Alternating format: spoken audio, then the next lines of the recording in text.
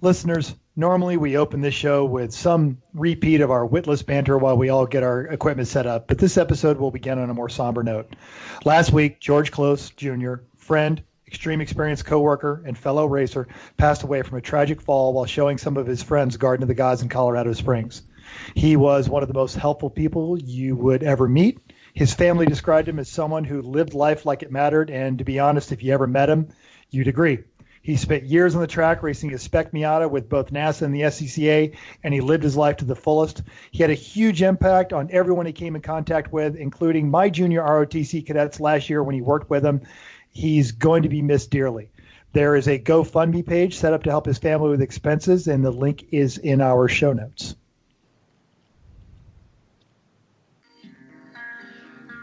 Welcome to Everyone Racers, a show designed for the world of low-dollar racing and oddball car culture.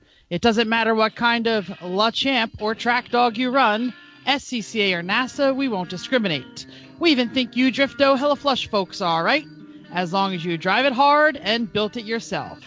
Join us each week for tech discussion, tips, tricks, news and notes from the world of low buck racing, and if you're lucky, Chrissy will give you just a tip. Everyone report to the paddock. This is Chris. This is Chrissy. I'm Jeff. And I'm Mental. I know I'm reading. Sorry. And we are Everyone. Sound like you don't know what it is. What do I say here? I don't know. I know what I say. I don't have as enough hands. Throw it on the floor. We are Everyone Racers. Thanks for coming back and listening to another Gold Rush episode of our podcast. Welcome to episode 49. Woo! Eureka. I wish I knew a 49ers chant. Let's begin with what you working on. Shall we begin with me? I can start since I have a short one. What are you working on? So it was the lovely and talented Jennifer, my wife's last weekend of freedom and birthday weekend. Penn State began classes this week. It's silly week, and her 2-hour commute began. Typically 90 minutes, averaged 2:10 this week. So pretty bad thing. So last weekend there was shopping and house cleaning, and we went out to dinner and stuff. I did get a chance to clean and organize the garage, so that was pretty exciting. What? No, did you? Yes, there is really? Is there like a tiny path instead of a no path now? It's like a 4.5 foot path. How much? A 4.5 foot path. Wait, from not the front wide. to back. Long. No, wide. And it's just It's 6 inches. It's 6 inches. It is. Tall. So now you can a 4-inch person. I hung stuff off the ceiling. It's a cave now that you can kind of crawl. That's why it's only 4 inches tall. Yeah. It's a hot hole. Let me tell you, the metal guy was very happy this weekend. I had 4 sets of Miata control arms. I had disc brake calipers from the Avalanche. There was probably they're big. They are big. I had at least 6 rotors. There was a lot. Do the scrap? Right. I don't have that time. Okay. You don't have a truck to bring it I there. don't have a truck to bring it there either. Scrap isn't that good right now. He probably get like $12 when he was done with it. I like going scrapping. It's fun. No, I wouldn't even know where with to all the tariffs and all that kind of crap. I think we're going to start seeing an increase back in the prices. Oh, that'd be good. Yeah. So I'll also mention that I did some tow pig shopping. We can discuss that at a later date because I know we got a lot of things going on. And my mutts had a doctor's appointment because when we were at the race, they spent 48 hours in the puppy hotel, and they caught the kennel cough. Oh, no. Yeah. Daddy, Exactly. Daddy, I have the black lung. I know. It's bad. So, Mental, what are you working on? So, just this past weekend, had Drive Strong at Atlanta Motorsports Park. I had 2 female soccer players and a recovering cheerleader in the BMW, and then turns out they were all friends, and so every time we hit a cone, it was some poor kid named Mercer's fault. They all knew Mercer, and they hated him. So, yeah, we were anti-Mercer car. This weekend, got coming up, having the instructors meeting tomorrow night, and I just made contact with my student for the weekend. He had a 6'1" zero area code on his phone number, and I called him and said, "Hey, you're from Philadelphia, Reading area. I've got some friends at Birdsboro. We do a podcast." He goes, "I just moved there. I live in Austin, Texas." So he's driving in from Austin, Texas on that. And the big news is this past week I got the gas tank for the Plymouth Champ. Steve, the dishwashing fairy, managed to find it in a scrap yard in Idaho. So it cost ridiculous. It cost me $5 more to ship it than it cost for me to buy it. But I got a gas tank for the Champ. Ha! Yay! Cool. I don't know. Is it now? Just a big paperweight, or are you gonna actually put it in? Oh, eventually, I'm gonna put it in. Oh, okay. Just making sure. And Just a cool maybe lawn only ornament. only light a few things on fire in the process. That's good. Exactly.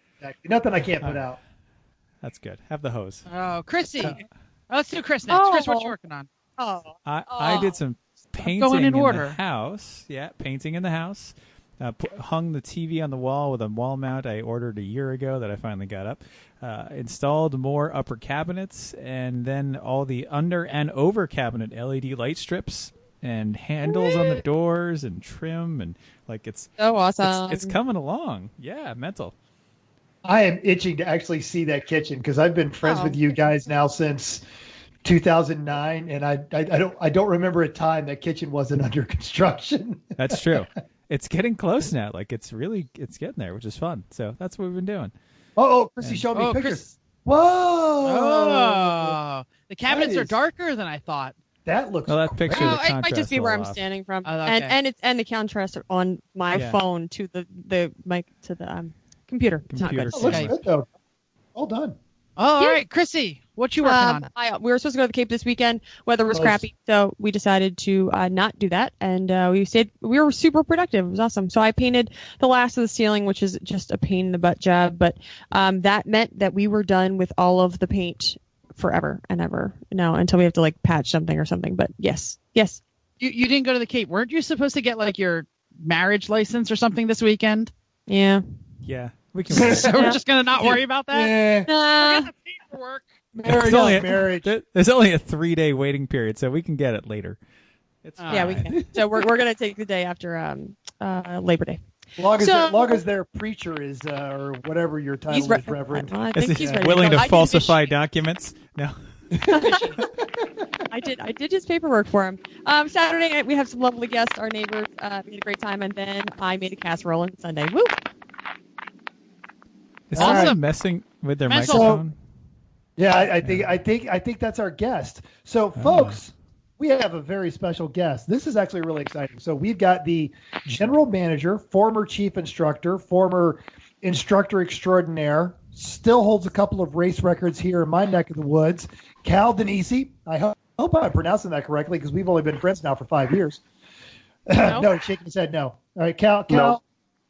All right, so anyway, we've got Cal here, and Cal is with Xtreme Xperience, and we are going to talk about later on instructor stuff. So, Cal, correct the pronunciation of your name, and then tell us what you're working on this weekend. Or what this last name is DeNyse. DeNyse. Nice. I forgot it. You do. But I don't hold it against you. Nobody pronounces it right. But ultimately, what's coming up, I'm working with George Clos Sr. and Road America on hosting a memorial lap during actually one of our events up at Road America for George Clos Jr. And so just getting started on all of that stuff, and pretty excited to see the turnout. So if you guys are interested in joining us, then I'll have some more info shortly for that. Well, and absolutely let us know, because we will certainly promote that on this program. Absolutely. And outside of that, the rest of it is we just moved to the city, so I'm going down to one car. So I'm selling the Fiesta. No! Yeah. Not everyone knows you well enough. What is the Fiesta? The Fiesta. Is that an ST? No, it is a bone stock 2014, 47,000 miles, hatchback, 5-speed. Got some great tires on it, but that's about it. Wow. Well, It was well a commuter maintained, car. folks. Get a hold of us at Everyone Racers, and we'll get you that discount because it's a great car. And you're in the greater Chicago area, correct? That's right, but it can go anywhere. It has wheels. It will travel. Sure, there's that. Sure So- will. So you're still actively selling a bunch of Miata parts. I see them pop up every now and then. Yeah, You- funny enough, I did the same thing you did. I scrapped almost all of it. If only you had rear control arms. They are impossible to find. I actually did. I scrapped 2 of them. Yeah. Sorry. It's all right. But yeah, the move to the city meant that we had to downsize, and no garage meant everything had to go. So whatever didn't go for free, which I posted, said, "Hey guys, come pick it up for free." Whatever didn't go there went to the guy who showed up at midnight with a pickup truck to pick up the scrap. So That's kind of awesome. Not shady at all. Yeah. Not no, shady not at all. shady at all. Did you plan on him coming at midnight, or just some random dude knocked on your door at midnight? No, it was kind None of of we were those. hoping he would show up sooner, and ultimately we ended up inside. We were finishing up some stuff inside, and I walked back out to put more things in the car, and there's a guy loading up the scrap into the back of his truck, and I was like, "Can I help you?" And he's like, "You had a posting, free scrap," and I said, "Yep."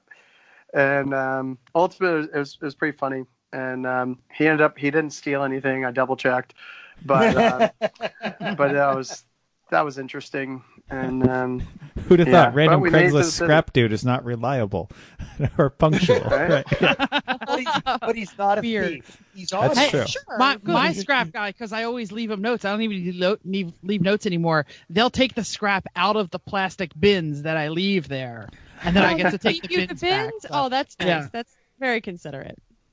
Nice. Well, all right. I guess it's news and notes time. We'll keep moving on, and if you do have interesting scrap news and notes, we can put them in. But I think Mental has a story to start. So I apologize for being long-winded on this in advance. Saturday morning, getting ready to go up to the Drive Strong thing, having just kind of getting my brain unfogged with a cup of coffee, and I open my email, and I've gotten a message on the 24 Hours of Lemons forums. Now, there is a lovely young lady, and she's got a whole Facebook where she calls herself Maria the Ride Scammer. And we've got her, or Marie's Ride Scams. And she basically gets people to give her rides in her car. So she does a whole little write-up on it on her blog on Facebook. And it's actually some interesting stuff. She's driven some cool Alfa Romeos and some Porsches and things of that nature. And it's a deal. So she is also a single young lady. So as a means to an end for her ride scam and from a social nature, she has an OkCupid profile. And it would appear that she'd been corresponding with a guy from Rocky Mount, Ohio. And on his profile, there was a picture of him against his MG. And she's a gearhead, so she's curious and she's asking some questions. And he insists that this MG is a 72.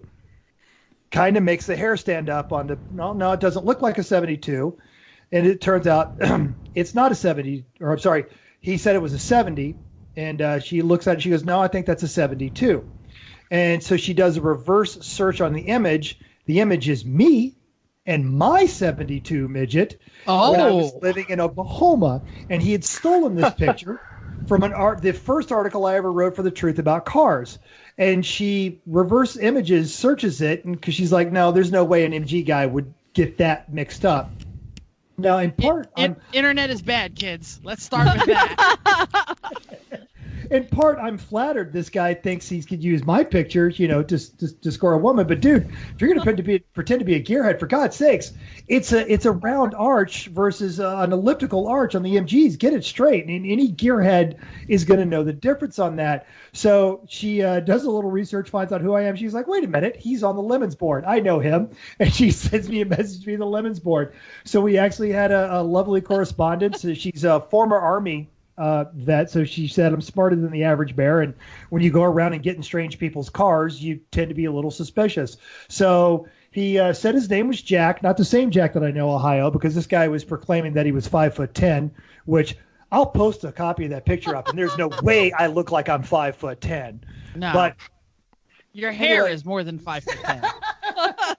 So Jack, I'm going to be up around Ohio come October time frame, and if I find out who you are, we're going to have a little chat because don't appreciate you using my image to catfish, especially another gearhead. That's just not cool, man. Not cool at all. Most importantly, so did you give her a ride? She lives in the Midwest, but no, we're actually still corresponding. And we've got a link to her Facebook blog on in our show notes. Well, Go she and probably look doesn't at it. want to drive a crappy Boxster, so She there's probably that. doesn't want to drive a crappy Boxster at all, not even a little bit. Yeah, no. Maybe Well. it would be like regular car reviews. Absolutely. That's a good one. All right. Chrissy, I think you're up. All right. Road and Track had listed their top 15 racetracks. They included some of them that you can totally list off the top of your head. Mid-Ohio, COTA, and JMP made the list, which was great. It's kind of Surprising. maybe surprising. Yeah. All right. I noticed Sebring, they didn't Indy- specify dong versus non-dong. Well, it's They because did everyone not. knows non-dong. Yes. Come on. But I mean, it's a nice facility, so I guess there's that. It is. It is. Daytona, Sonoma, others. So we I'd go listed to how pit many race we've any been day to. over New Jersey, though. Things like Yeah, that. right. I was going to say, I don't think Cal has ever been on the other track. Have you been on Lightning? No, Thunderbolt. The, Or the Thunderbolt? good I track? think you've only been on Lightning. I think so. Oh, man, I've been to so many tracks. I can't remember. Oh, so many tracks. Oh. Actually, Mental, you know Nicholas. Actually, a lot of you guys know Yes. Nicholas. We just went through and counted when we were up in Canada, and I'm closing in on 60 tracks now. So Nice. Oh, pretty good. Wow. I think I've only done Lightning, though. Or Yeah. is it It's Thunder? very Yeah. sad. No, Lightning's Yeah, the boring Lightning's one. the sad you one always do. with the big long sweeper into the long straight and one in-string corner, and that's it. That's The it. Under the hump. bridge. It's got the hump on the backside. Yeah, It's very forgettable because it's boring. it's definitely not a track map I want to put on my laptop, though. There you go. It's a bit All right, phallic. Jeff, Absolutely. so how many you done? So I only did 3. Before this last season, I haven't left the region. So Barber, Road Atlanta, and New Jersey Motorsports. Interesting note is that the picture on the website, the Road Track website, of Mid-Ohio is Rally Baby and the Clown E30 from a Lemons event. Is it the clown or the Ebola? I think they're the same one, but it's in clown disguise. I think All they right. have repainted. Actually, this is why this. Cal, that's Mike Carr. You know him. Yep. all of them. Which one was it? Which track? The Mid-Ohio Mid-Ohio. picture on the Road and Track. Oh. Yeah. All right, Mental, Yeah. how many? So I've done 8 of them in a surprising amount, actually, with Road and Track.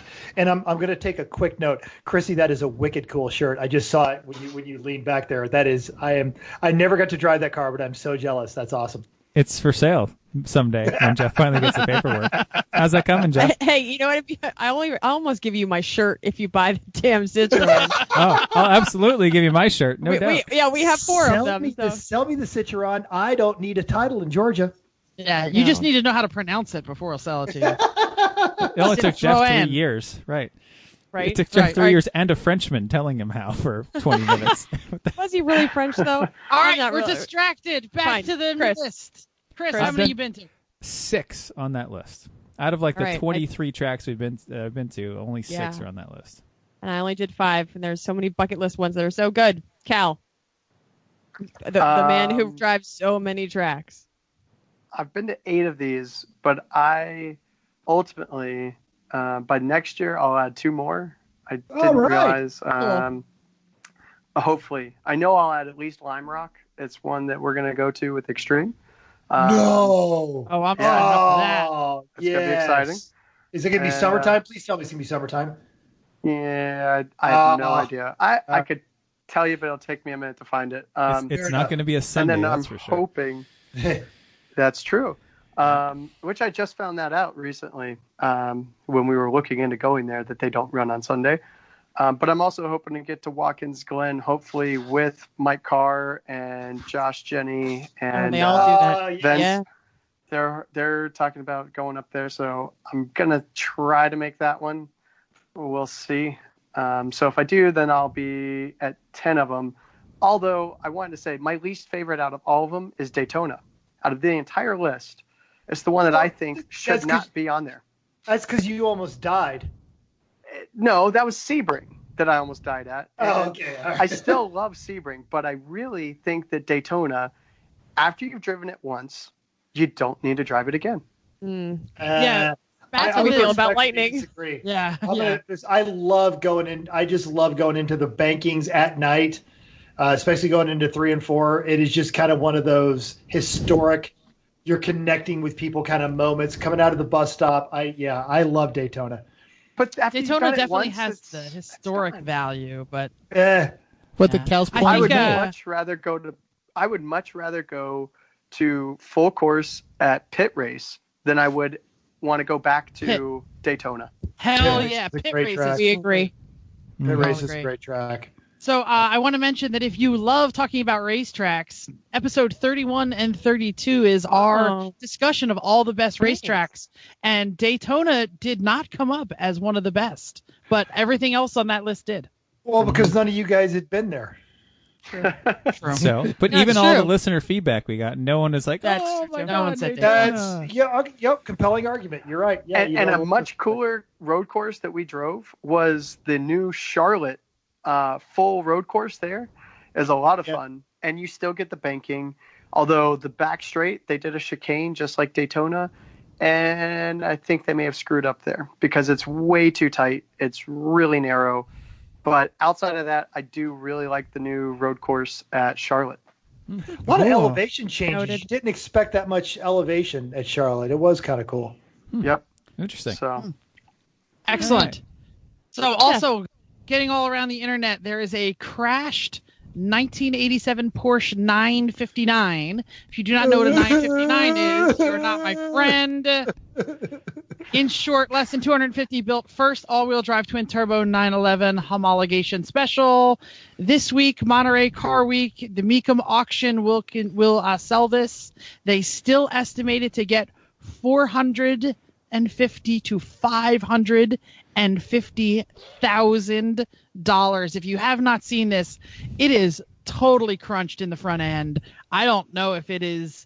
The picture, the wheel is on a dolly. Yeah, it's terrible. And somebody added this to the notes. I don't know who it was, but it was crashed when it was on the trailer, and the trailer hit a tree. Yeah, totally. I saw the picture of it on the trailer, crashed, and so it's a lousy way to crash your 959. It's there's not even a good story, right? Bummer. That is, hey, that's like one of those, the internet thing that was going around of how I lost my job today. Yeah. I crashed the one trailer I shouldn't have crashed. Mm-hmm. Oh, anyway, if you want to learn more, check out our episode on how not to screw up while trailering. I feel like the plug demon today. Let's talk about WRL High Plains Raceway Mental. Keep it quick. So, yes, the good folks at WRL, they went with the double tap, and they did so this weekend they did a true 24, the 24 at 5280. High Plains Raceway, great track. First in GP and overall was the number 45 fellow Okie Shaky Dog Racing with 609 laps. They've been Shaky Dog longer than we've had a podcast. That's just funny to me. Second was number 147 in Barnstormer. They got 607 laps, just 2 laps behind the leader. And third was number 32, the Beamer, the Chris, your folks in the Clown Shoe Motorsports, and they got 606 laps. So in a true 24, that is some actually legitimate. That's really close. That's very It's close. Yeah. Absolutely.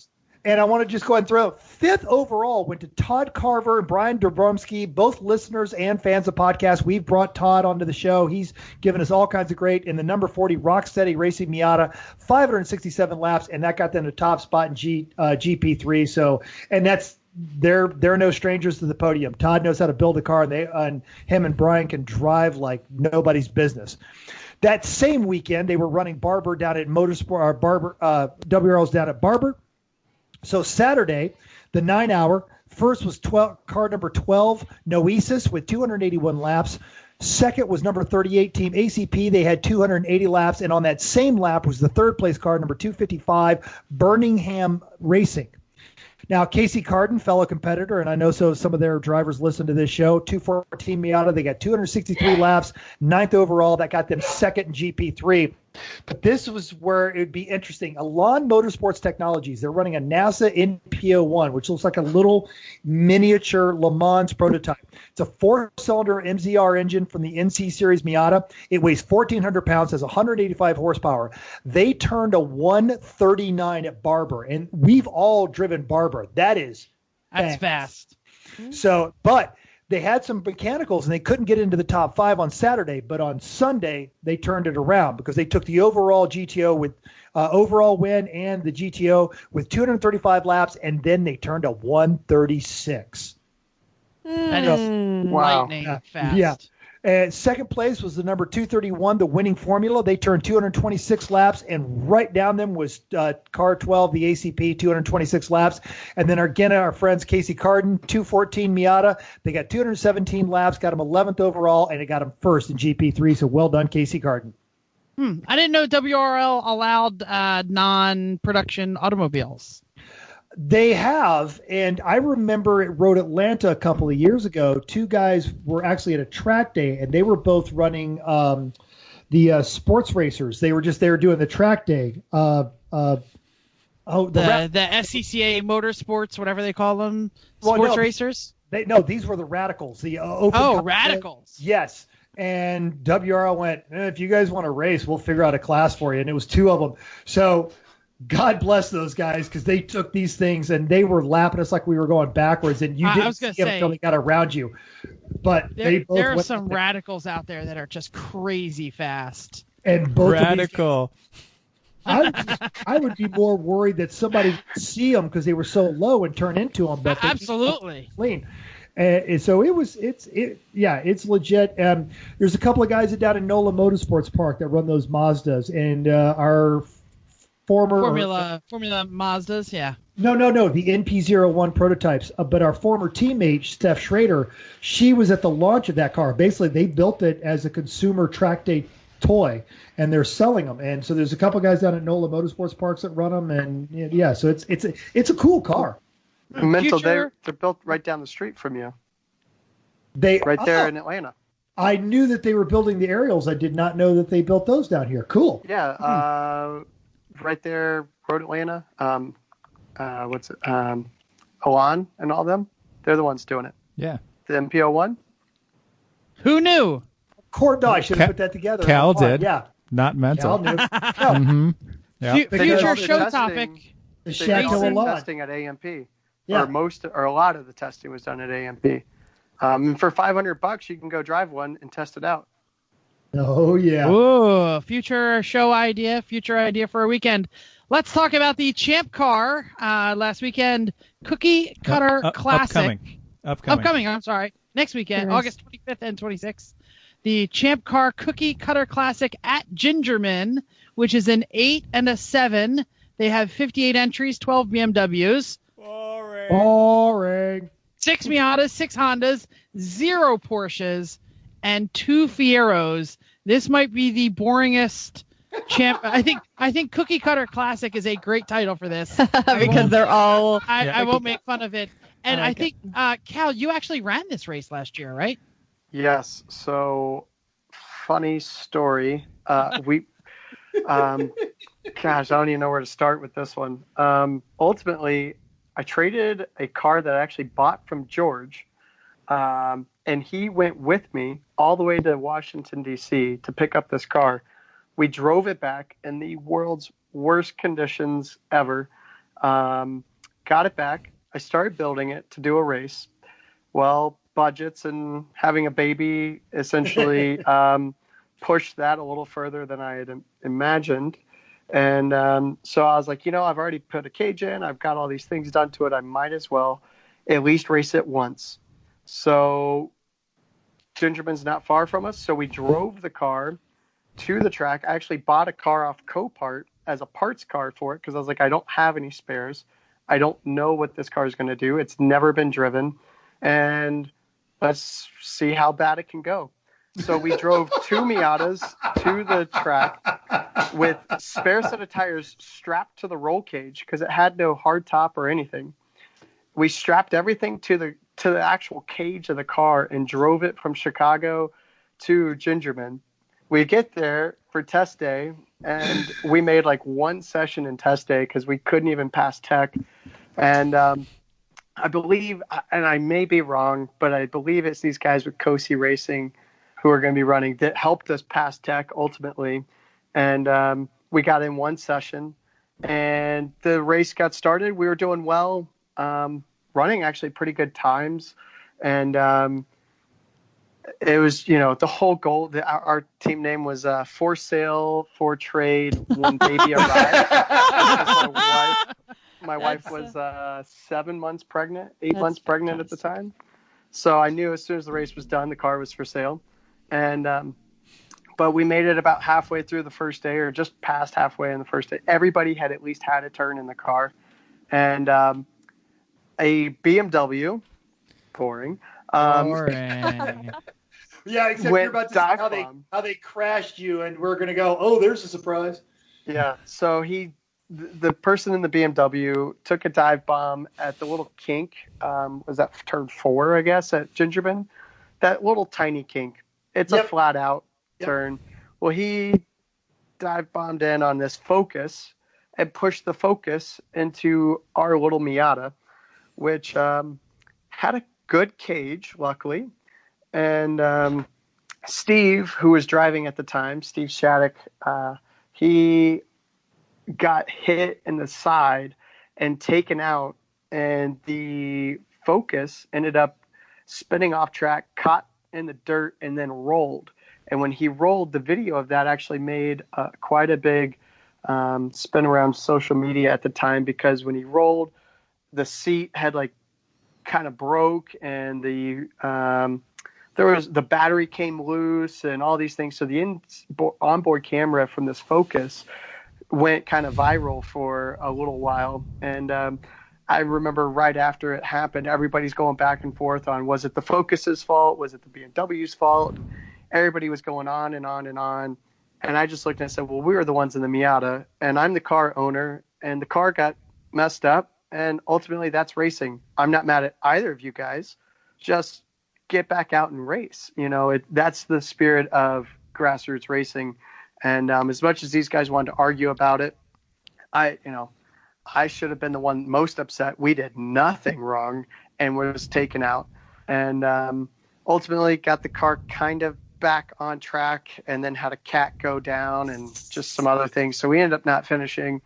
And the car finally did sell, and they're running it now. And it's actually down in Atlanta. Tyler Hoffman has already contacted me about running some jump races when they come to AMP. So were you able to drive home? I guess that's the big question.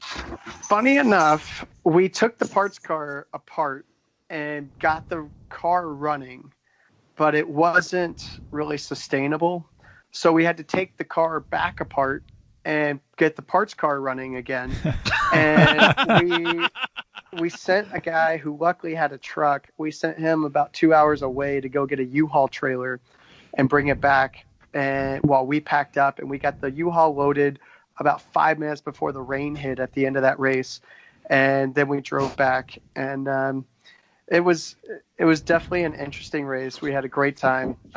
John Raymond gave us a place to stay, and ultimately was the catalyst for us to even get that weekend accomplished. And my wife, as pregnant as she was, sat there and smiled and said, well, this was fun. And you're not planning on doing this again, are you? I'm adding to my bucket list. Drive a race car to a race and drive and trailer home. Yeah. No, and drive. Oh, no. Yeah, I still got to finish that part. But it was fun. And now actually the parts car we still have, and two of the guys that were running with us ultimately bought it from me, but said, we'll buy it from you, but you got to keep racing it. So I still don't know how that's going to work out yet. We're working on those plans. But should be fun. I didn't realize Steve was the one that got hit. I didn't realize Steve was the one driving. Another Xtreme Xperience person. So that Yeah. story was so good. I don't even care about any of these people in the race anymore. Like, let's not even talk about them because that was so much better than any of this list. So, Eddie, yeah, That's right. keep going. Keep going. Let's talk about grid life. Mental. Grid Life, and Radwood, the South, is coming down this weekend. So I'm going to be instructing. I've already talked about I made that. So we're going to be talking about that, the Grid Life whole thing. And I'm going to go ahead and plant the seat now. In 2 weeks, Bradley Brownell is coming on this program to talk about Radwood Philly. So, in fact, Brownell's in town. So we're going to sit down and talk about just catch up this weekend. We tried to have dinner, but it didn't work out very well. So, yeah, coming down there, all kinds of great concerts coming. So if you find yourself at Grid Life, come find me. I have no stickers to give you, but I'll take your address and I'll mail you one later. Who's playing the concert? Joyride. Oh, you call me up. Don't worry. They can look it up on the internet. Yeah, exactly. Just go to just literally search for hashtag Grid Life. It'll be everywhere. It's awesome. Cool. We also have the Hell on Wheels Lemons Rally coming up. That's actually started yesterday. Hell on Wheels. Yeah. Looks like it, yeah. We are yesterday. recording on the 22nd, so they started on the 21st, and we'll be going through the 25th. And are they ending at Road Atlanta? No. The Hell on Wheels is that's West Coast. It's West Coast. It's West Coast near like Route 66. What's up, you got? Cal? That means go, Cal. I may be crazy, but what is Hell on Wheels? So, in addition to the Lemons, $500 cars, they now do Lemons rallies, and their tagline is "Why break down on the racetrack when you can break down on the road as well?" So it is a fun. continuation of the banger rallies. You can show up in a brand new car, but you're going to get crappy points, but you'll probably finish, or you can just get like some god awful stuff. One of the best ones, they just did one around Lake Michigan, the Great Lake Mistake. And my favorite is still a guy showed up dressed as Boba Fett, and he had an old 84 Disco Corvette, and he just drove around the whole time singing Fett's Vet by MC Chris, and had the Boba Fett helmet, the whole 9 yards. And they had to cross into Canada and back into America and into Canada. That was surprisingly few of them did not have criminal records that forbade them from entering Canada, so they all made it over there.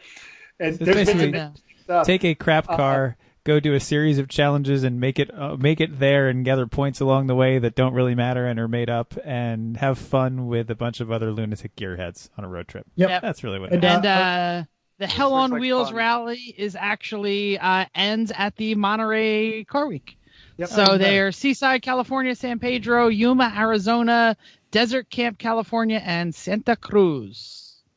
And That's for the Great Lakes Mistake, our friend Ike of the Untitled Car Show, he had bought a Volvo, and then he had bought a Nova, and then he tried to combine the two of them, and I think he did it in a Fiero. There That's you go. about right. That sounds terrible. So Don't take much, heroes on road trips. so much better cars to drive than any of those. Cal, you want to talk about some better cars than any of those crappy ones? Of course. All right. I have not practiced this. You only work for them. Yeah, but maybe, I did just look at the rules for the 24 hours of Lemons, their rally, and apparently if it's Italian, it is 100 points. So maybe in Italia, at least they get 100 points. There you go. That'd be a good start. But ultimately, Xtreme Xperience puts you in the driver's seat for some of the world's best supercars at over 20 racetracks in America and Canada. Great event. With no speed limits, no shifting restrictions, and no governors. Head to xxspeed.com to choose your supercar, find a racetrack near you, and start making a story of your own. 7 models of exotic cars, supercars to choose from, 20 plus tracks, and a year-round location in New Orleans, which features a 3,200 foot long straightaway. Mental, how fast did you get going on that? I routinely lived my days at over 160. It was alarming that how worked my sense of speed would get when I would leave work. And of course, you will get a pro instructor like Mental, Jeff, or myself, or anybody who is. I'm sorry. I had Experience mental. team. I had mental in there twice. Chris is also. I see that. Xtreme Experience Yeah. instructor. I'm Mental trying just to read likes it, to- and I'm like, All the mental. Yeah, huh? Mental. Mental, and mental. Like mental. and mental. and of course, the instructors in the cars are there to make sure you have a great time and get to the limits of the car. If you use the promo code EveryoneRacers, it will save you 25% when you book at xxspeed.com. And how's that? Like we like to say, that's if you buy 3, you get 1 free. That is true. It's a great way to do it. And so and if thanks you so mention much. this podcast or this show number, was it 49? 49. If you mention 49 when you're at the event and ask for me, I will personally be your Dope instructor. slap you. Oh, wow. That's the way to Usually go. we say if you say the code word, you can like touch Mental's hair, but that's probably better. That's No, why no having one uses Cal- that code having word. Cal as your instructor is way better. Yeah. Great. Well, hey, Cal, thanks for Don't know how reading special that is. Absolutely. And if anyone else wants to have such a great copy read as Cal just did for us in XX, we're looking for an extra sponsor, so let us know if you're interested. That's all. So it's time for listener feedback. So from the Facebooks, longtime fan Carl Applegate, hey, he recommended Everyone Racers. Hey, thanks, Carl. His feedback is, great budget racing podcast, even if they think BMWs are boring. Boring. Like that. Yeah. Hey, he's right. You know, No, all the BMWs are boring unless they have a crab and a Maryland flag on it. Sure. That's what I'm going to say. Or That's a fair. Dodge Slant 6 in it. True. Yeah. Okay. Hi, So hi, before Mom. we get to the main topic, we're going to say hi to your mom, Chrissy, or we're just going to skip that this week? Hi, Mom. Hi, Mom. All right. Let's Never skip our number 1 listener. I That's right. text her all day. Like, why am I going to say hi? Hi, Mom. Cool. So Cal and I were in New Jersey at the NJMP event running the non-Don course, and we were talking about instruction has actually gotten where it can be financially beneficial, not just if you're Ross Bentley or Kevin Madsen or even Josh Balicki, another occasional Xtreme Xperience instructor, but across the board, you can sharpen your skills while putting a little money back in your pocket, which, of course, you'll spend racing. And as Jeff mentioned, we can't resist asking Cal about some of his favorite stories about racing, extreme, and life on the road. So that's our main topic, is the instructor life. Yeah, there's a lot of stuff. I was Who going to is say, currently running away? whew, we're all getting dizzy watching Cal move from one room to the other on his on the Skype feed here. But now's the time. Tell us about instructing. Tell us about how people can make some money. Is he ready? Is there a cat? Once he gets settled in. No, And, so sorry. These iPhones, like I said earlier, the only way to charge it if you're using the headphone port is to get a wireless charger. So my charger in here doesn't work. I had to go grab a wireless one because my phone's dying. We'd make fun of you if we didn't have these kind of problems every week. yeah, exactly. And some of them we just don't talk about on air. You just don't know that they're happening. Yeah. That's right. Whatever. So, tell us about Xtreme Xperience, about the world of instructing professionally. So I will start with where your notes start, is a brief history of XX. And essentially, Xtreme Xperience started 6 years ago. We celebrate our 6th birthday Friday. And Cool. so we're excited about all of that. And ultimately, it started as just a couple of guys wanting to get out to the track and say, I'm sure somebody else wants to do this as well. And where it has come from to where it is today has been quite the journey, especially from the instructor standpoint.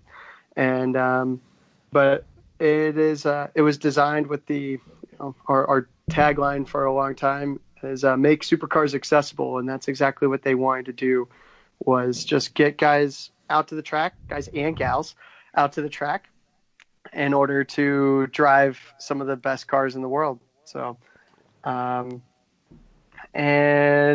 your main function, at least as I know, because I constantly get emails, Jeff, we need instructors for this event in New Jersey. Where is Rally Baby? So you're like the instructor wrangler out there with them, as one of your many jobs, I'm sure. So funny enough, I actually started Xtreme as a last minute hire, and I mean last minute. It was like a Tuesday, and I'm at I was in college at the time, and I was in a bowling class. And I get a message What from does my a dad. bowling class do? Hey, look, everybody Just needs bowl. physical education. You learn to bowl. What? You learn to bowl. Hey, when you're Okay, one sorry. credit short, you got to get something in. Or like you're on a full scholarship and you feel like you're ripping people off if you don't take every class possible. All right. So Sorry. I ultimately was in a bowling class, and my dad had been asked to instruct. And I was going on like, man, he's so lucky. I can't believe he's going to do this. And as I'm telling a friend of mine what my dad's about to go do, I see my phone ringing, and it's my dad. And he says, hey, they just called and said they need another person. Are you interested? And I said, heck yeah, I've never had a better excuse in my life to skip school. And I will be there. And it was a Wednesday, Thursday, Friday, Saturday, Sunday event. So a 5-day event to start. Wow. Oh. And it was one of the toughest events I think I've ever done, but it was so much fun. I showed up, it was snowing, and they said, here, drive a 430. And ultimately, that was basically how I started. I got out on track, thought this is the craziest thing in the world. These guys don't even know me. And they said, here's the keys to a Ferrari. And apparently that was how the company was going on back then. And we had a lot of fun activities that day. And when we got done, I said, guys, this was probably the coolest time I've had at the track ever. Would you mind if I joined you again? And they said, great. We're looking for some guys in a couple of weeks. We're going to Little Talladega. And I said, I've never been there, but I'd love to go. And I showed up. And after that event, I started looking at their schedule and pretty much joined them full time. I traveled around in my first Fiesta, the one that ultimately broke on me. But I traveled around the country in a Fiesta, sleeping in it most of the time. Yeah, And, Brad was telling me that. Yeah, he's this young kid who, God, he could drive, and he slept in his car. We loved him. And did my video cut out? Just No, No, you're you're fine. all right. Okay. Oh, now it did. Oh, Oh, well. I wonder if we lost his battery. Oh no, you're back. Okay, No, He's there we back. Okay. There you go. Battery All right. is low. So That's an inside joke from a couple shows ago. I joined, and I was like, man, this is great. And ultimately I joined just because I wanted to see more tracks. And similar to you, Jeff, I had only been to things in my region. So I decided this would be the greatest thing to see more tracks. And it has. It's been a way that I've got to see a lot of tracks, especially as a driver and a racer. I thought, what better way to learn a track than instruct it and spend an entire weekend doing lap after lap after lap there. So I did that and went from instructing to then kind of helping find instructors when we were short-staffed, to then leading the instructors, to working full-time in Chicago when they moved me up here. And it's just kind of grown from there to where now I run the events and still source instructors. But that is actually what led me to a lot of the things that Mental and I had talked about recently, which is we were hiring so many instructors that I said, there's got to be a better way to get everybody trained and up to speed quickly. So we developed a new onboarding system and a training procedure. And we're now going to be working on just refining it even more and more. But don't you guys call that the professionalizing of the instructor corps? And you now have tiers and layers. You've got Jimmy, the safety guy, and I think both the customer experience and the safety record of the company reflects a lot of those efforts you've put into it. Absolutely. So we've got a few different levels of instructors, and we've got a whole group of guys that travel. When I first started, we had at the end of the first year, we had 4 guys traveling with us. Everybody else was essentially local to each track. And now we're up to about 16 of the 24 guys that are at an event, guys and gals, are traveling with us. So it's, quadrupled in the amount of instructors traveling with us. And it adds to the safety of things, and it adds to the camaraderie that you get from one event to the next. And it helps build that culture that we've got. That's great. And we talked a couple weeks ago about was it Jack Baruth who wrote the article about the instructing? Yes. So yeah, we've been talking about instructing as a podcast just in general, but and it's kind of weird because we're talking to the person who also we plug every week, but we're not just doing this to make it an extra plug for the company. We really think instructing is an important part of racing to get people on the track who have never been on track. I know I've just experienced it with my father through some autocrossing. Chrissy and I just came back from a great NASA weekend. So instructing is very important. Mental's going to be instructing at Grid Life. So yeah, I mean, and not every racer. Yeah, not every racer makes a great instructor, and not every instructor makes a great racer. But if you've ever tried to teach a friend or loved one of any kind how to drive a stick shift or something, it's a lot different. There's a lot more rewarding things, and it starts to build a bigger bond when you're with somebody on track. And it is a lot of fun. And ultimately, I started instructing when I was like 18, 19 years old with Hooked on Driving. And it was just a way to get free track time, which is how a lot of instructors get started. And, usually there's this kind of unspoken shortage of instructors. And so as people are really good at racing, they're asked to, or just driving at an HPD, they're asked to make the jump to an instructor. And we ended up kind of falling in that middle ground between some of that, the real lucrative high-end instructing gigs where people are personal coaching and stuff like that. Yeah. And then the guy who just does it for free track time. So we fell kind of in that middle ground, and we found a lot of people want to fill that gap, and a lot of people can, and it's easy to fit into your schedule. If you plan on 8 weekends a year racing, then you can easily fit one weekend in to instruct and do something where you're making a little extra money, and it's just a good benefit all around. Awesome. So we've all seen it because we've been to the events, but Xtreme Xperience travels. I mean, it's a more than a traveling circus. It's a traveling car show. Tractor trailers filled with supercars. How many events are you specifically doing a year? And how do you get back and forth to all these tracks? Are you like in the truck? You flying? What are you doing? So funny enough, I used to drive our equipment trailer with another employee. We would drive all over the country. I've driven through 40 states in the U.S., so I've been everywhere almost. But now I fly to most of the events unless they're close by, in which case it's actually a lot of fun. We'll caravan with our lead cars, which we now have 4 Chevy SS's that we use as our lead cars. A lot of fun. LS3 power, can't complain. Creature comforts that you enjoy on the street, like cooled seats, really helps in the summertime. So there's a lot of good stuff there. But then we'll also drive some of the supercars. I just drove a GT3 to Putnam Park a couple weeks ago. Must have been terrible. I hate you. Totally hate you. The worst trip was of course the NSX to Detroit. Oh man, that was such a tough one. I love the NSX. We've spoken about that on the podcast before. It was awesome car. But yeah, I do about 25 to 30 of the events or so, plus visit down in New Orleans. And next year we're actually doubling, and we're going to open up a second tour.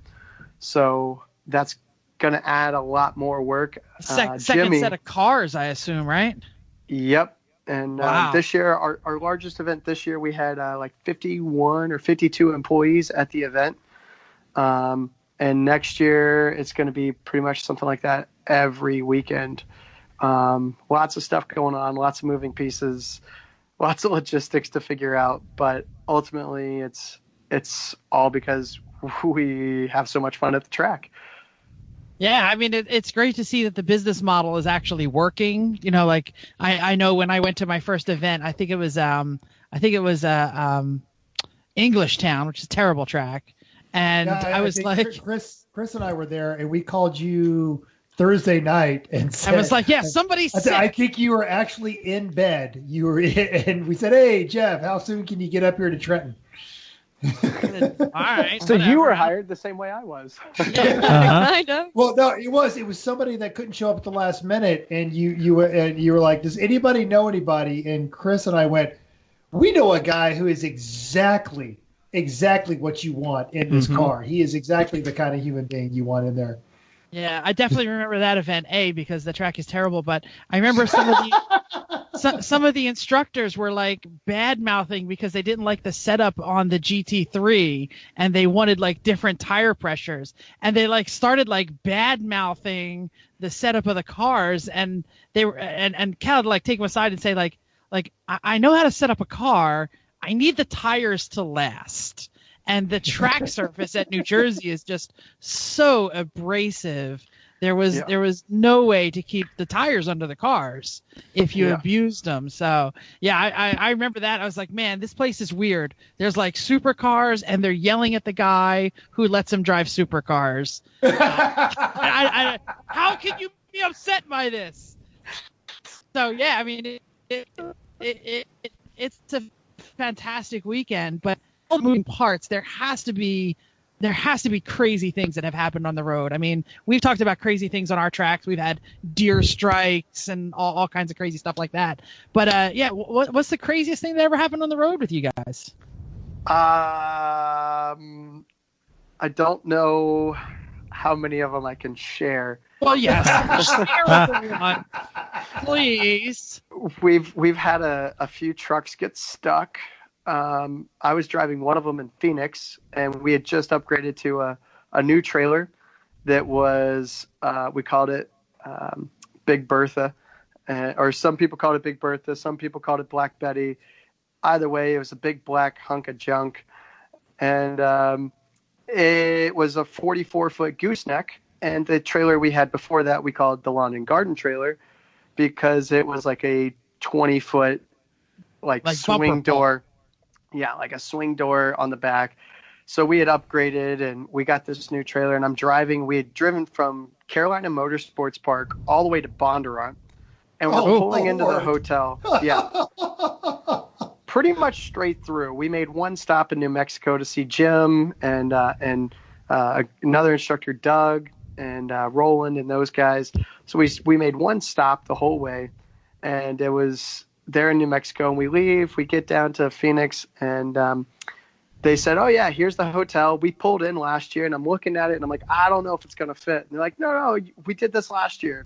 Of course, we're all super tired, and it's like, sure, why not? We pull the trailer in, and instantly we are stuck. They had to shut down the road so that we could unload the cars. We had two cars in the back. We had a Ferrari and a Porsche in the back.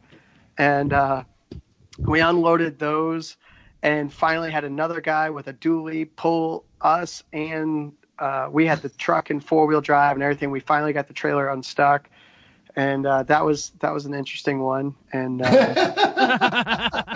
wow, we've had a few like that. We actually had that same trailer break down in my driveway in Atlanta. We had a Ferrari have an engine fire in NOLA, and we put it out right away. It was in pit lane, and we get done, and we were on our way from NOLA to actually Carolina Motorsports Park, and as we were doing that, we were swinging by Ferrari of Atlanta so that they could fix the Ferrari so that we could do the event at Carolina. And while we're there, we were like, okay, well, where can we park this trailer? And I was like, well, we can put it at my house. I got plenty of room. And because Atlanta is not like Chicago. Clearly, that was the unmarried Cal because, you know. So we drop the trailer door. We pull out the cars. We do everything. We're loading back up so that we can go to CMP in the morning. And as we're pulling the car back on, the ramp door broke with the car on it. And it's just snapped. All the welds broke. And like I told you, this trailer was a hunk of junk. And so I called up one of my neighbors who was a good friend of mine from high school. and he was a welder, and he brought his rig over, and we stayed up till like 4 a.m. welding the door back on so that we could reload the cars, and then got on the road at like 6:30 in the morning to make it to Carolina for setup day, and that one was pretty nuts. But definitely, there's so many good weekends start with. Well, I had to repair the trailer before we could even roll. That's almost every race weekend, right? Or there's like an injury before you. Yeah. That's another popular option. Where you're trying to leave Chris. Except we're usually not taking a Ferrari to Porsche out of the trailer. We're taking a janky Civic and a Yamaha scooter out of the trailer. That's what we're doing. If that, right? yeah. Exactly. So, Cal, I've got pictures of all these too. It's so crazy. What are the most popular cars in the fleet for the people who really enjoy driving? Well, if you've listened to any rap videos recently, or rap songs, it is always the Lambo and Rari. That is what people love. Mm-hmm. I Got it. have never heard that, but I will always refer to that now as a Rari. Rari. So people love them. I'm a huge Ferrari fan, of course, but hands down, the biggest three: Porsche, Lamborghini, Ferrari. We ended up we're going to Seattle in a few weeks. We have 6 Huracans going to Seattle. Wow. Yeah. Damn. We're going to have a 20-car fleet going to Seattle. Any of the two-wheel drives? No, all 610-4s. Do you have that purple one still? No, we got rid of the purple one. That was a monster. It was. Jesus. Yeah, but you could only fit it if you were between 5'6" and 5'8". Outside of those parameters, you couldn't fit in it. Yeah, we've made some mistakes buying some cars over the years, getting some special edition ones that, personally, I liked the 16M. That was great. So for those of you that don't know the 16M, it's a special edition Ferrari Scuderia that is a convertible. But we got rid of all the convertible cars because they're not great track cars. But it was fun. Got to say I drove one. And but we also had the Performante and some of the other special edition Lambos that, as Mento alluded to, if you didn't fit like exactly my size, you couldn't fit in the car. I am built as racer size. So that worked great for me. Not everybody is racer size. And so like 6 out of 100 people could fit in the car. So we got rid of some of those special edition ones pretty early. Actually, there's a good story on that one with Joe, our CMO, did a video with VinWiki. The guy's out of Atlanta, and VinWiki's got some of the stories on that car. But the let's see, yeah, we're taking 20 cars. By the way, Mental, if you're interested, or Chris, or Jeff, or Chrissy, or anybody who's interested in coming to Seattle, or hey, anyone who's never heard of Xtreme Xperience until now, if you're interested in being an instructor, Seattle, because I'm bringing so many extra cars, I need some extra guys or gals. So please shoot me an email. I could this use is not people. desperate, right? So we're gonna here's send you a guy named Spank. He's he's so far away. High horsepower cars. You can't be a geek off the street. You need to know how to drive a car, and more importantly, you need to know how to instruct. Yes. Yeah. Which a great thing, and actually I'm kind of glad you mentioned that, Mental. Something that recently has been done is the MSF did their certified program. Yeah, we've talked about it. We had a very similar program internally that we had built almost at the same time that MSF did their stuff. So right now, that was the whole thing with Jack Baruth, is we're trying to get some momentum of getting our program and our curriculum built in as a new level in the MSF. And while they've got their existing levels, which are all fantastic, they've done a great job on, we just want to add our own uniqueness to it, because it is a very different program than a normal HPDE, but something that I'm definitely using right now for a lot of the people who were onboarding is if you've got your level 1 or level 2 MSF certification, that foregoes me having to do a lot of background checks and calling all of your references. So it has shortened the time that I spend on the background work for hiring a new instructor. So if you've got all that stuff, you've either got a level 1 or level 2 certification, definitely hit me up, because that's the first step in making it out. I'm sure we'll link it in the notes. So why don't you pimp your email address or however they want to contact you?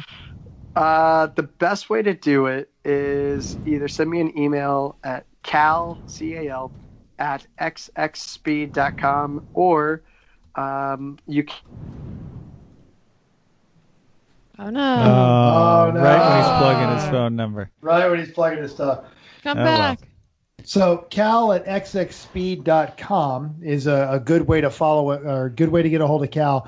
And you're going to want to list your resume, particularly if you do have your Motorsport Safety Foundation level 1. And again, they're very particular, because obviously you're being entrusted with the safety of somebody's loved ones. So as we've all four talked about on the show, and in addition to a Lamborghini, a person too. Just want to make that There's that. Yes. So, but someone very special is driving that Lamborghini, and your job is to make sure that not just that they have a good time, which is a huge part of it, but that they have a safe time, because as the infamous South Park thing goes, if you crash, you're going to have a bad time. All right, cool. So yeah, they are really kind of leading the charge in turning what they call motorsports entertainment and standardizing the safety processes. They've been working directly with the Motorsports Safety Foundation. And as Jeff alluded to, that was the whole part of that Baruth article, is they are now establishing the standards for how this should be done nationally. And they're going through that. So and if you can't get a hold of Cal at xxspeed.com, email us at everyone.racers@gmail.com, and we'll make sure your resume ends up in Cal's inbox, unless you're just completely unqualified. I'm just going to vet you right here, because, we're picky about that. Chris, you've got some input. Yeah, well, just a couple other things that make a good instructor for them is not only some racing experience is totally necessary. You need to know what you're doing in a car, but also some customer service experience and just in general instructing or educating experience. If you're an instructor at work for whatever you do, I don't care what you teach, you know some of the principles you need to have here. So that's the kind of thing that's going to help you in working with XX is being able to talk to those people about how to get better in the car. So. Absolutely, and make sure that Yay! Hey, we got Cal back. Hey, Cal's back. No worries. You're back. Folks, as you well know, 49 episodes, we don't edit. So Cal experienced some technical problems. These are So those Cal, fun we pimped stories. your email. We pimped the standards. You should probably try and have your MSF level 1. You can't but just being a geek. And as Chris just waxed poetically about, if you're an instructor at your job at work and you've got some customer service experience, then you might be exactly right for the world that is the Xtreme Xperience instructor. Mm-hmm. That is all accurate. That's pretty much the basics. And the last thing was, if someone's interested in joining, we use motorsportreg.com. A lot of you guys are familiar with it already, because it's the best website for booking your motorsport event. But that's pretty much how I book the instructors, is people sign up and we go from there. So Cool. All right. Yeah, Cal, I'd love to do that event there in Seattle, the 20th through the 30th, but that's my homecoming football game, and well, they'll never let me leave school for that. So, so looking down your notes, you guys had in here anything that's been disappointing as far as a car that sucked? McLaren. So there's been a few cars. The ones that obviously didn't work because they didn't fit people, like the Lamborghinis. Special edition, we can get you into a regular Lamborghini. That's right. Well, we can get you into a Porsche. It fits everybody. Awesome. But the one of the cars that I know they're alluding to is definitely the McLarens. They had some technical issues, but I loved the car. I think it drove phenomenally. It was a blend between an Italia and a GTR, but just couldn't even describe it. I loved that car, but it continually failed. So we got tired of rebooking people. No one can work on it, right? Like McLaren has to come out to fix it. Pretty much. Nothing on that car was easy to work with, so we got rid of it.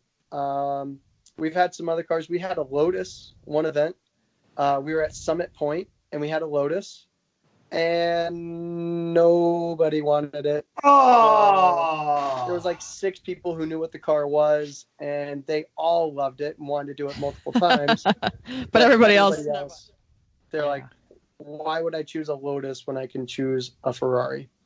Because it's a Lotus, man. Exactly. Yeah, only the nerds were into that. Another car that we had some Aston Martins. Actually, I got to drive the DBS Carbon Edition from Chicago to Atlanta. And I decided I was no longer an Aston Martin fan. Really? Really? It didn't cruise well. It was just like... It's a good thing we didn't buy one. Well, Astons are much better looking than they are to drive. Like when we drove that DB9, I said, they were like, no. Like the Mercedes that we have already does everything better, except it doesn't look or sound as good. And okay. Yeah. Meh. We then did we did a Facebook thing where we asked everybody on Facebook, what car should we get next, and gave all these options. So they decided we'll bring the Aston Martin back again. Well, that was Atlanta Motor Speedway, right? The blue one. I don't know. Maybe. Yeah, it was blue. I fell in love with that car. It was terrible on the track. It's I not love that car. It was horrible. Oh no, and it is, and that's why I liked it so much, because it was so out of its element, but it kind of like, it was rather like Helen Mirren in a cage fight. Yes, it's she's gonna lose, but she is gonna look fantastic doing it. So we've had a lot of cars like that though, where love that car. I'm actually a very big fan of. Funny enough, like my favorite Ferrari is still the California, not just because it says Cal. But I love front engine, rear wheel drive. I think it's awesome. And you know what? People are like, oh, but it's not going to handle as well. If I want a track car, I will buy a track car. I don't want my road car to necessarily be the track car. For the same for the same money as the cost difference between a California and an Italia, you could go buy an NP01 and a truck and a trailer and then go race, and then still enjoy your California with the top down, going down the street to whatever you wanted to. But the Italia is so sexy. It is, but that's just me. So, but we've had a few of those front engine, rear wheel drive cars that haven't quite lasted. We had the SLS AMG. That was like the AMG shirt. That was my first weekend with Xtreme Xperience, and by the time I got to that Mercedes, I didn't want to leave it. That was a great car. That was an awesome car, but it didn't sell well. Again, I love the front engine, rear wheel drive. I drive a Miata, obviously. Although, again, one of my favorite cars ever that I've driven on track, aside from the V8 R8, which is just amazing, the other car that I really enjoyed was the new Grand Sports. And I hate it. I never, ever will buy a Corvette. I hate the Corvettes.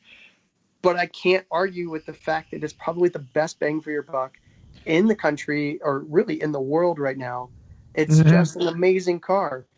It was through the S's down at NOLA. My exit speed on just some Pilot Sport Cup 2s was a little over 113, which is faster than I was doing in a GT3 on Sport Cup 2s. And I remember you told me that in Atlanta Motorsports Park, and you said, Mental, I know you love the GT3. Drive this Grand Sport. It's as fast as the GT3. And if anyone else had told me that, I wouldn't believe them. And I drove that Grand Sport. You were 100% correct. That car was flat out amazing.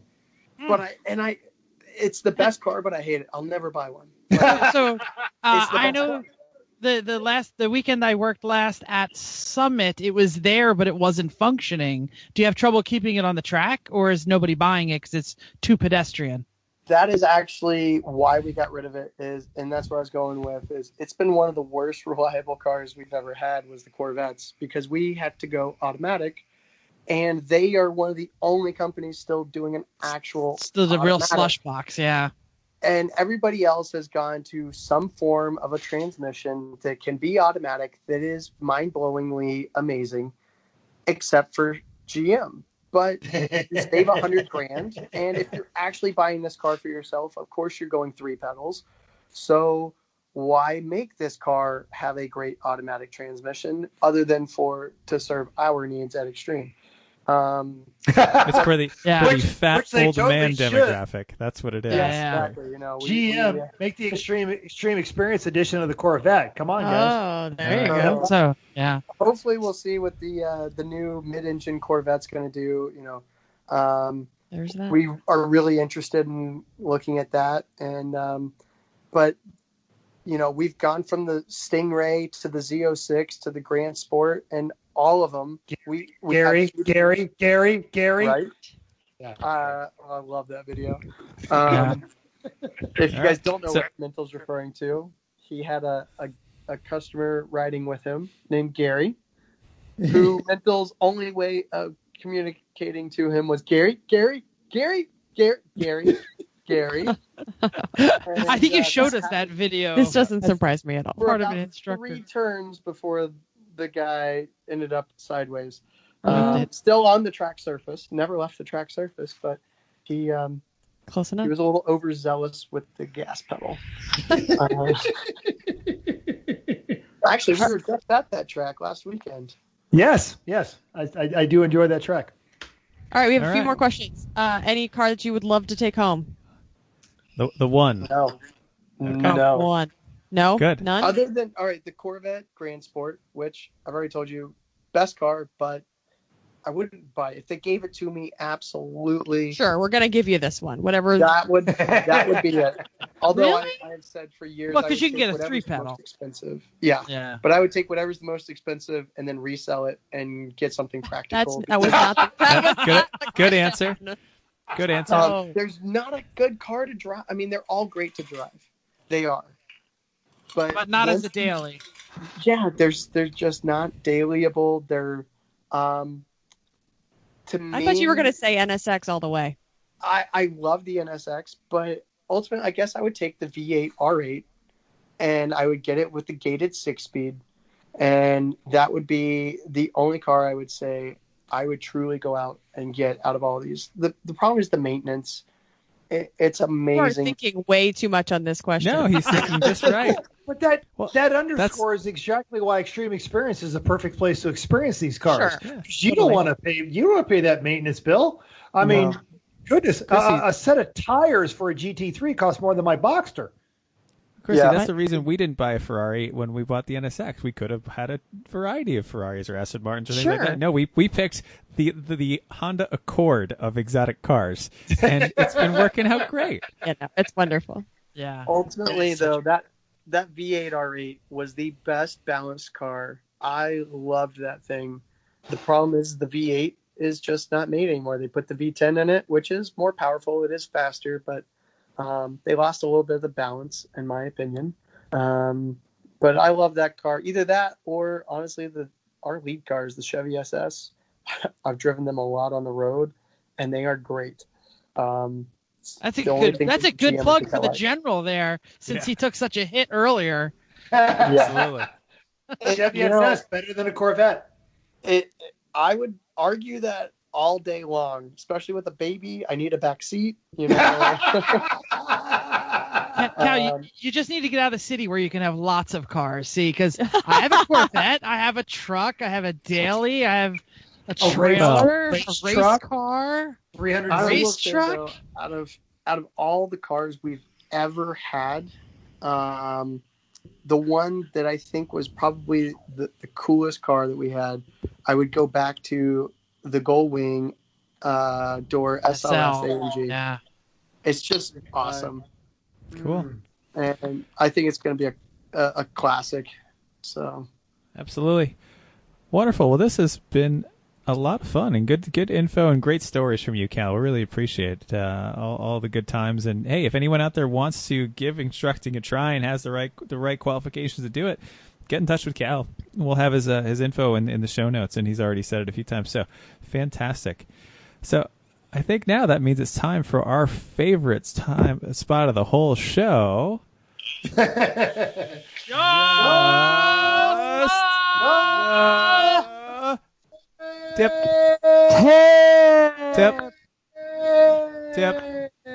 I actually think I might have done it better last week. No, I'm just kidding. You guys do a great job.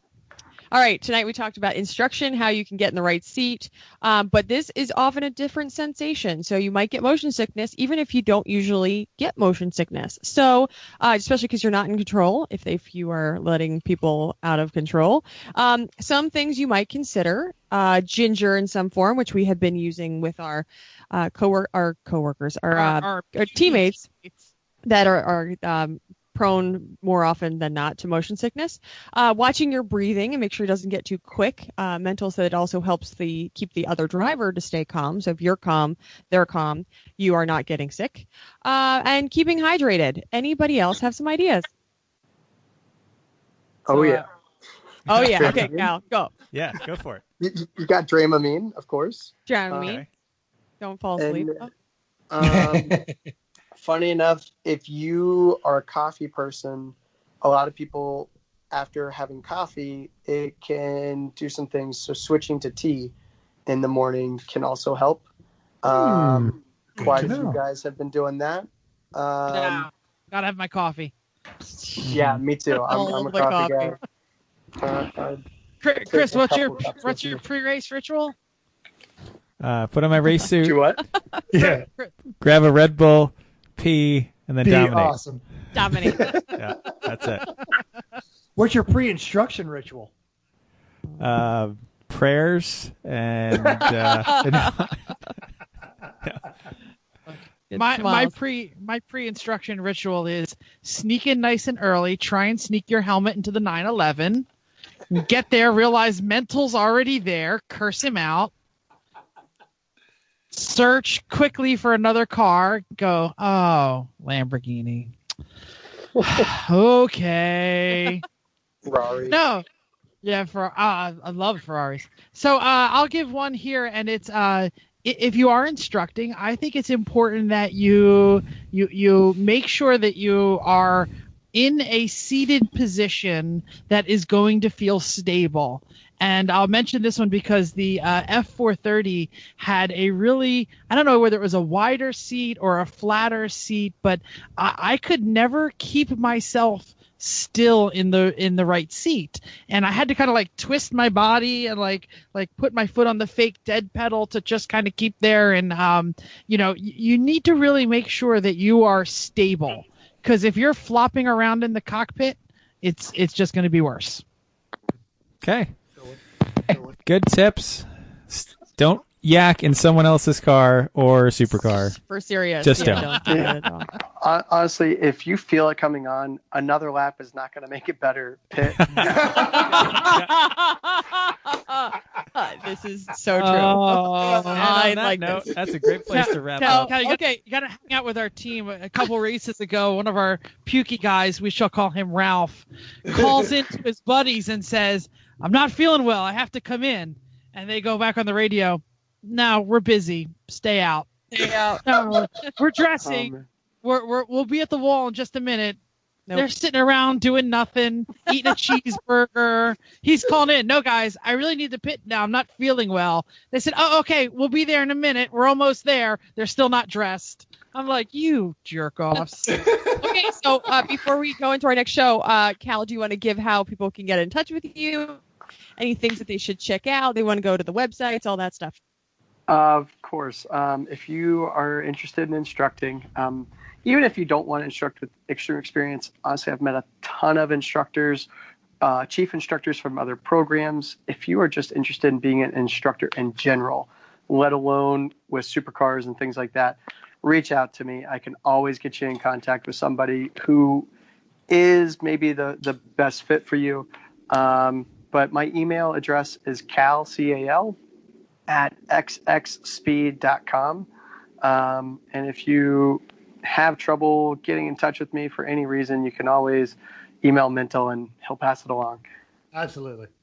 Excellent. Yeah, even if you never want to instruct, go ahead to the MSF Motorsports Safety Foundation Safety, whatever it is, website and check it out, because you should know what your instructors are learning. Even doing MSF1 is going to help you as a driver understand what your instructor is going to do for you. Good call. And a big tip for anybody that is going to be driving on track, whether it's their first time on track or first time at a new track, go with somebody who knows the track and let them know letting them know ahead of time what you're looking for really helps as an instructor, because as a new instructor, or not even a new instructor, as an instructor with someone new to the track, you are always wondering what it is that they're looking for. Are they looking for more speed? Are they looking for whatever it is? And so communicate as a student to your instructor, because that goes a long way. Totally. Absolutely. That's great. Okay. Next show promo time. Yes, we have Kathy McCaws Fuss, I'm sorry, aka Top Dog with Lucky Dog Racing, will be on to talk about Lucky Dog Series, possible TV show, and Flocktoberfest. Want to know more? Check out next show.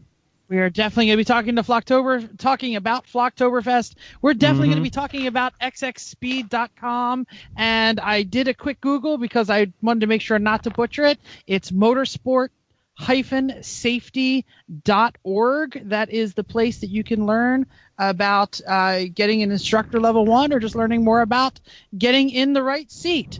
Anyone else have anything good for the order before I hit the song? The Go ahead. thing we talked about at the beginning of the show. Go So ahead, Cal.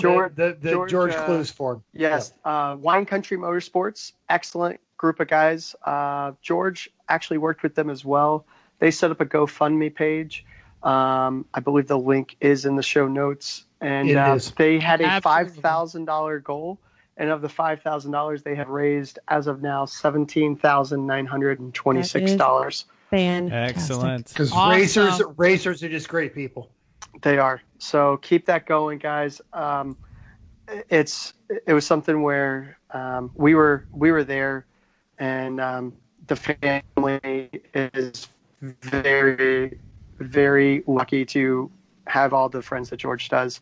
And NASA is actually going to let his brother run his race for him for the national championship. So Jamie Clos will be representing his brother at the NASA championships down at COTA. Cool. Great news. Excellent. So yeah, we will end it there. Thank you for downloading us. We hope you enjoyed this week's edition of Everyone Racers.